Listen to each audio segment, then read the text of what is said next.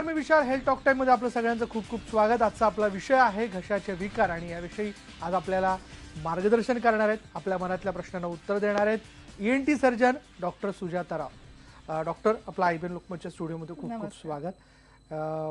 मला पु ल देशपांडेंचं एक वाक्य आठवतं, ते फार छान म्हणायचं की तसा वसंत ऋतू, हिवाळा हे मुंबईच्या वाटेला फारसे कधी येत नाहीत, पण यंदा मुंबईत हिवाळ्यात जाणवायला लागलाय, थंड वातावरण हे जाणवायला लागलंय. म्हणून मला असं वाटतं की रोजच्या आपल्या रुटीनमध्ये, प्रॅक्टिसमध्ये आपल्याला घशाचा विकार किंवा मला थ्रोट इन्फेक्शन झालंय असं म्हणणारे बरेच लोक भेटत असतील, नाही? अगदी बरोबर. कारण ह्यावेळी प्रचंड थंडी आली आहे, म्हणजे स्वेटर वगैरे काढायची पाळी आली आहे. आणि त्याबरोबर जरी एक हेल्दी सीझन म्हटला जातो, जेव्हा थंडी जाते तेव्हा ते आजार देऊन जातो. तर आत्ता ते वातावरण आता हळूहळू सुरू झालेलं आहे आणि घशाचे तक्रारी घेऊन भरपूर पेशंट येत आहेत. कारण सर्दी, खोकला, फ्लू म्हणा, थंडी, ताप म्हणा, हे सुरुवात झालेली आहे ऑलरेडी. नवीन वर्ष सुरुवात झाल्यापासून हे पण आजार सुरू झालेले आहेत. तसं म्हणजे एकूण तसे पेशंट्स दिसत आहेत तुम्हाला? भरपूर. पण याही याच्यात जेव्हा असं मला जाणवायला लागतं की ठीक आहे, आता वातावरण बदललेलं आहे, काय काळजी मी घ्यायला हवी असं तुम्हाला वाटतं? साधारणतः जेव्हा ही वातावरण बदलतं किंवा ऋतू बदलतो तेव्हा आपल्या शरीरात पण तसंच घडण आहे की ते ॲडजस्टमेंटमध्ये थोडंफार इकडे त्या पद्धतीने शरीर प्रतिसाद द्यावा लागतो. आणि म्हणून आपली एक जागरूकता असावी की आपण खाण्यापिण्याकडे लक्ष द्यावं.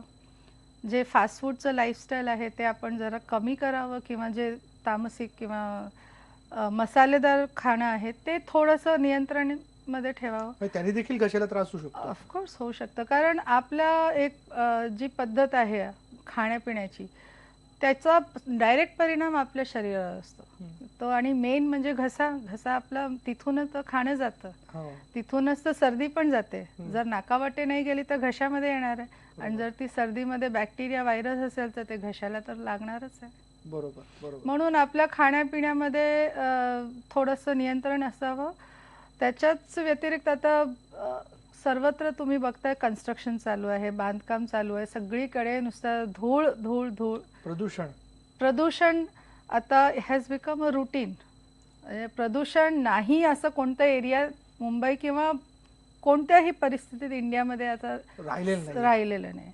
तर ते आपण म्हणू शकत नाही की आता मी ह्या वातावरणात आहे म्हणजे मी प्रदूषण पासून लांब आहे. बरोबर.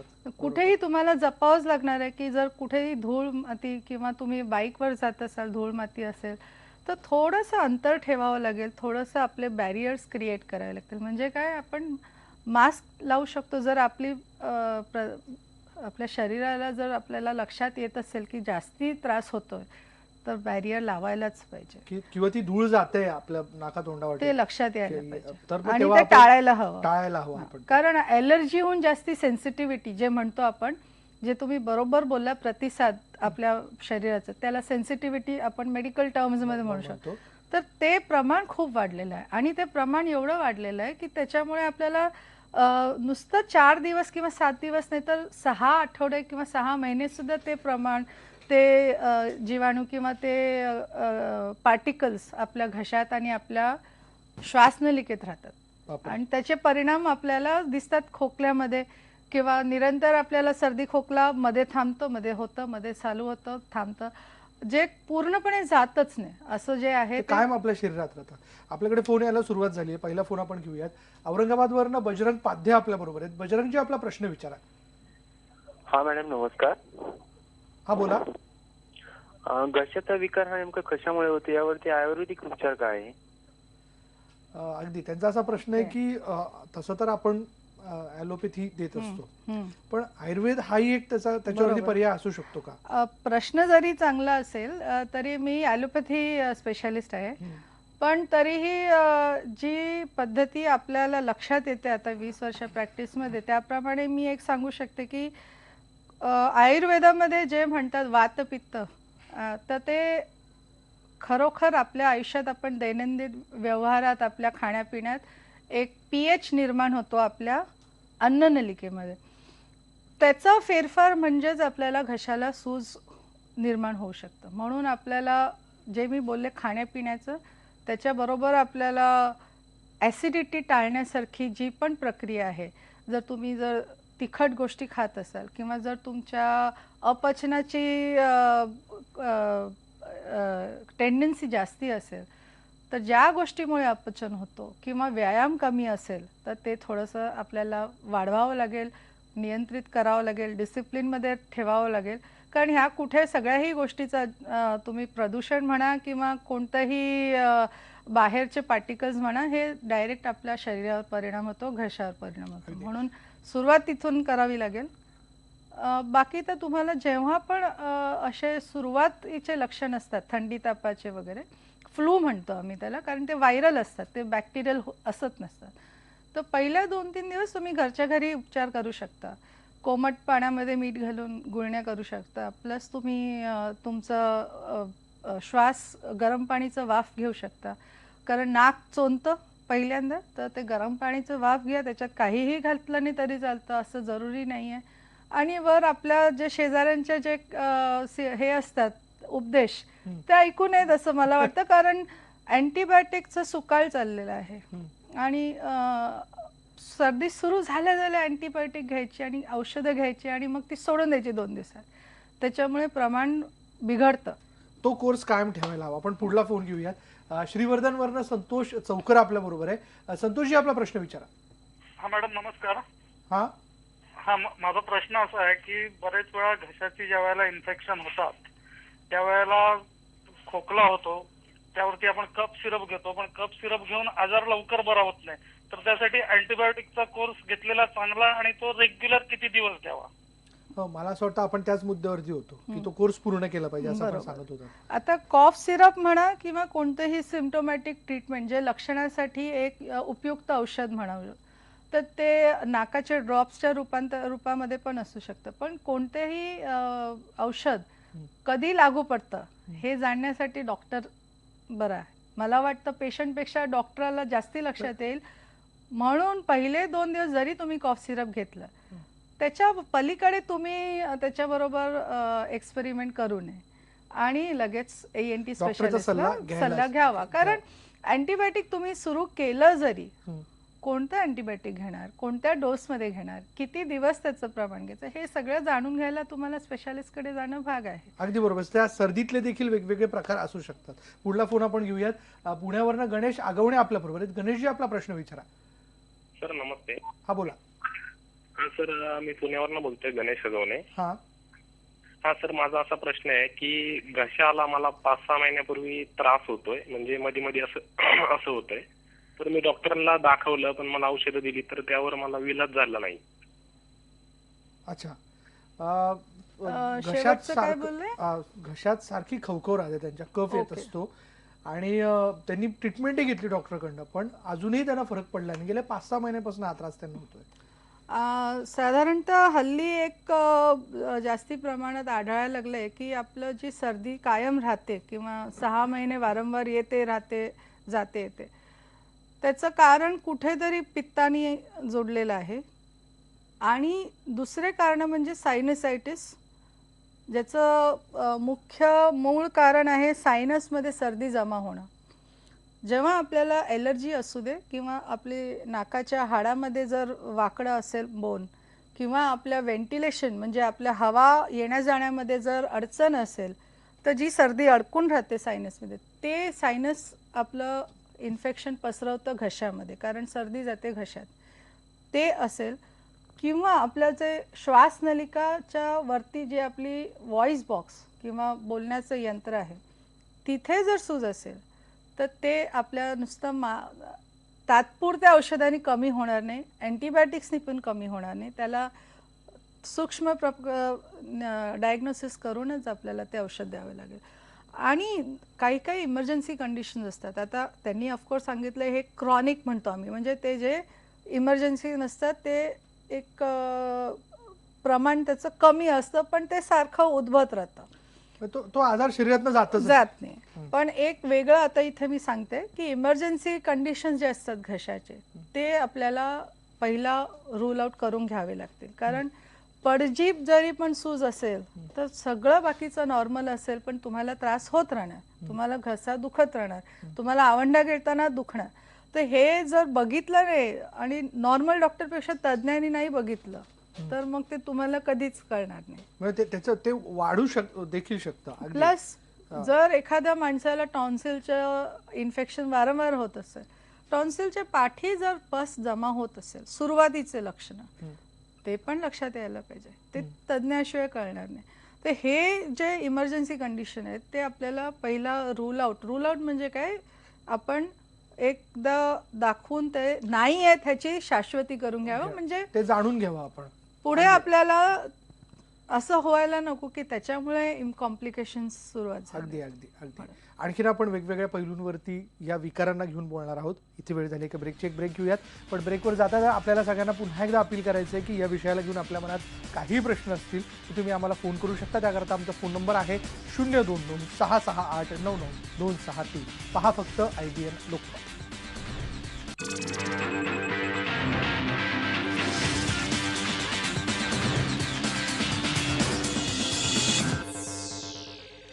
घशाचे विकार या विषयाला घेऊन आज आपण डॉक्टरमध्ये चर्चा करतोय.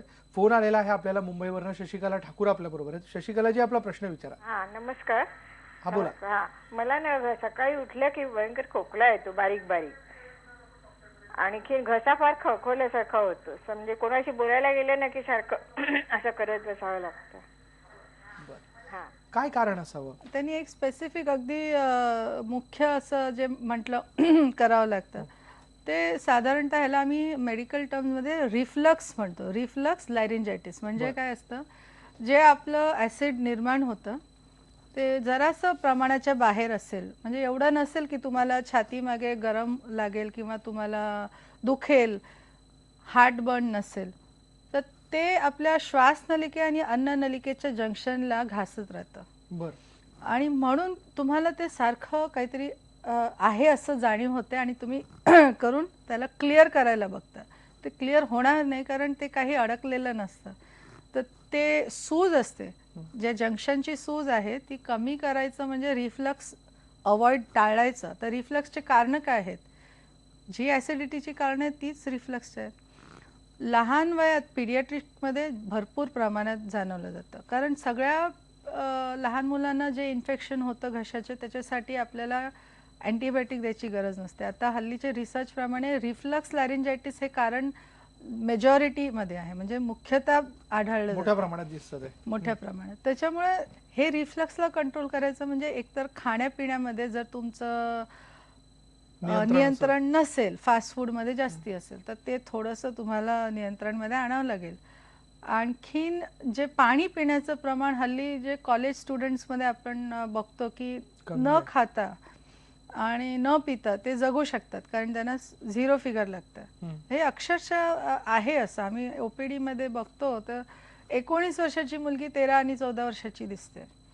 तर त्यावेळी लक्षात येतं की रिफ्लक्सचं कारण तर आपल्या हातातच आहे. जर आपण फक्त बेसिक आपल्या आईवडिलांनी आणि आजूबाजूंनी जे सांगितलं आहे की बाबा एका जेवणाच्या थाटात आपलं बॅलन्स डाएट असावं, थोडंसं दही असावं, थोडं भाजी, थोडं डाळ, थोडंसं लोणचं, थोडं पोळी भात, हे जर प्रमाण बरोबर नसेल, कुठेतरी ते बिघडलं किंवा आपण त्याला बेफिकीरपणे हँडल केलं तर निश्चितच आणि आता कारणं काही कमी नाही आहेत. आता स्ट्रेस लेवल किती वाढलेलं आहे.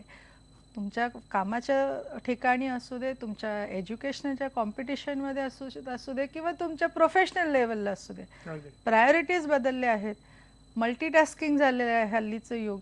तर तुम्हाला इथे जर तुम्ही डिसिप्लिन विसरलात तर मग कुठेच तुमचं त्यामुळेच खोकला येतो का सकाळी सकाळी? सकाळी सकाळी खोकल्याचं हे एक मुख्य कारण आहे मोठ्या प्रमाणात. दुसरी कारणं अशी आहेत की तुम्ही आता कोणती औषधं घेत असाल, आर्थरायटिसचं औषध आहे, त्याच्यात स्टिरॉइड असतात, किंवा स्किनचे कंडिशन जे आपल्या चामडीचे रोग असतात त्याच्यासाठी पण स्टिरॉइड घेतो. तर त्याच्यामुळे जर आपल्याला हे लक्षणं दिसत असतील तर तेव्हा आपण जरा हिस्ट्रीमध्येच कळेल. ते एकदा आम्ही विचारलं प्रश्न की आम्हाला लक्षात येईल की एक 6 महिने 3 महिने हे औषध घेतलं तर त्याचे साईड इफेक्ट्स असतात काही. बरोबर. तिसरं कारण म्हणजे आता तुम्हाला ॲलर्जी असेल तर सकाळी उठल्या उठल्या जर तुम्ही अगरबत्तीच्या जवळ जात असाल देवारात, किंवा तुमच्या जवळ मस्किटो रिपेलेंट असेल, किंवा तुम्ही जर उठल्या उठल्या बागेत जात असाल, तर हे एक आपल्याला जाणीव असावी की हे ॲलर्जीमुळे पण असू शकतं. अच्छा, त्याची देखील आपल्याला ॲलर्जी असू शकते. आणि एक चौथं आहे की काही काही गोळ्या अशा असतात, ब्लड प्रेशरच्या गोळ्या असतात, एखादे केमिकल असतं ज्याच्याने खोकला असू शकतं, होऊ शकतं साईड इफेक्टने. तर वेगवेगळे कारणं असू शकतात ह्याच्यामध्ये. अजूनही असं म्हणायला लागेल तर मग किडनीचे जे इन्फेक्शन असतात किंवा किडनीचे जे क्रॉनिक इलनेस असतं त्याच्यामध्ये पण थोडंफार आढळलं जातं असं की काही काही साईड इफेक्ट्समुळे आपल्याला असं खोकला येऊ शकतो. म्हणजे खूप औषधं असली. मला असं वाटतं तुमच्या बोलण्यातनं मला फार सूक्ष्म गोष्टी मला आणि दर्शकांना कळतात. खरं तर आणखीन आपण बोलणार आहोत या विषयावरती. इथे वेळ झाली का ब्रेकची एक ब्रेक घेऊयात. पहा फक्त IBN लोकमत.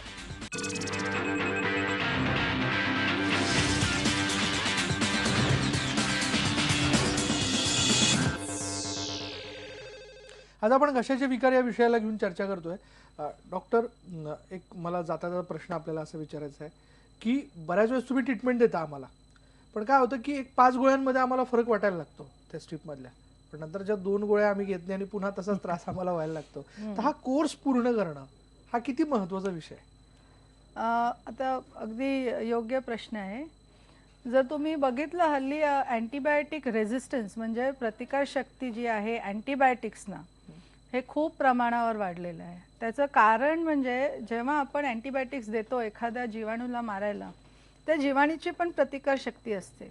जर आपण अँटीबायोटिक्सशी खेळ खेळला की आपण 2 डोसमध्ये बरं वाटते म्हणून बंद केलं किंवा 3 दिवसाचं प्रमाण देऊन आम्ही बंद केलं, कारण मी एक स्ट्रीप आणलेला आहे त्याच्यात 6 गोळी आहेत, पुढची स्ट्रीप आणायची म्हणजे अजून 200 रुपये खर्च होतील, कशाला, मी बरा आहे तर मी बंद करतो.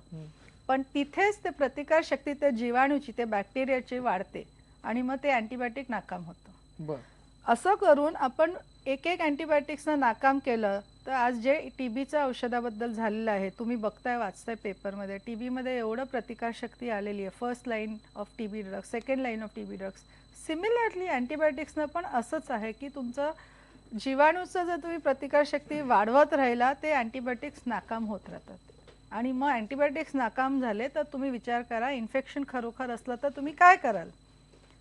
म्हणून माझं म्हणणं असं आहे की जसं आपल्याला एखादी गोष्ट, नवीन गोष्ट आपण करतो आपल्या शरीरावर, नवीन वेशभूषा असू दे, नवीन मेकअप असू दे, नवीन हेअरस्टाईल असू दे, त्याला एक सेट व्हायला जसं वेळ लागतो तसंच आजाराचा पण एक प्रवास असतो आपल्या बॉडीमध्ये. तो जेव्हा प्रवेश करतो तेव्हा निघताना त्याला 2 दिवस लागतात.